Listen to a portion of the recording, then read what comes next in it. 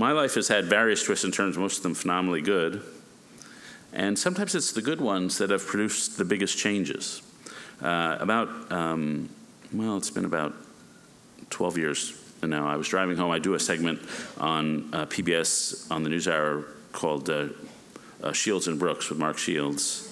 We wanted to call it Brooke Shields. We thought that would have gone over better.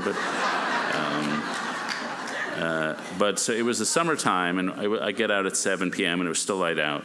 And I drove home, and I got home about 7:20, and I pulled into my house. And the driveway in a place called Bethesda, Maryland, went around the side of the house, and I could see into the backyard. And my kids were out there playing, and they had a little ball you got in the supermarket, and they were kicking it up in the air, and then it was arcing and curving in the wind, and then they were running across the yard and trying to be the first one to get to it, and they were tumbling all over each other and laughing. And the summer evening sun was coming through the trees, and the grass was green, and I just was surprised by this tableau of the kids running across the yard and laughing and piling on top of each other. And I just stared at them through the windshield for a few minutes.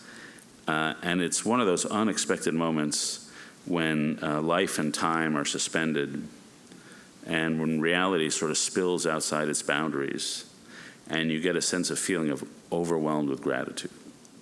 That what have I done to deserve this? And you have that sense of getting more than you deserved, which elicits a sort of strange stirring. And first, you're experiencing higher joy, which is better than anything else you experience at work. Second, it exposes your depth because your heart sort of suddenly comes alive. And third, you get the sense that you want to be worthy of such moments. And this happened at that time. I remember it sometimes happens to me when I'm around people who radiate an inner light, that they generate this thing that you want to be worthy of. You'd like to be like that. A couple months ago, I was lucky enough to be seated next to the Dalai Llama at a luncheon in Washington. And he's a guy who laughs at random moments. And so I'm sitting next to him, and he just starts laughing randomly. And you want to be polite, so you laugh back. And then he laughs, and you laugh. And you feel like you should say a joke in the middle just to sort of rationalize the laughter. And I remember once I was feeling awkward, so he has a little Dalai Lama bag, a little canvas bag. And I said, so you got any candy in there? And so he starts pulling out stuff from his Dalai Lama bag. And it's basically everything you get in the first-class cabin of an international flight. And so it's like the little the eye shades, the earplugs, a little razor, a little toothbrush. And then he pulls out a Toblerone bar. And so he did have candy in there. But he radiated that inner light.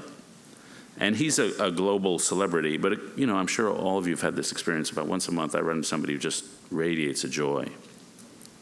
I was in Frederick, Maryland, with some ladies who teach immigrants English and then how to read it. And it can take years to do this for adult immigrants. And there were about 35 ladies there, age 50 to 75, I'd say. And they came in and they were just joyful to be around each other. And they radiated a love and a patience, and their laughter, I remember, was musical. And when you talked to them, they seemed calm. They made you feel really important. And they weren't thinking about what good work they were doing. They weren't thinking about themselves at all. And that, too, was a sort of inner light. And my reaction was that I've achieved way more career success than I ever thought I would, but I haven't achieved that.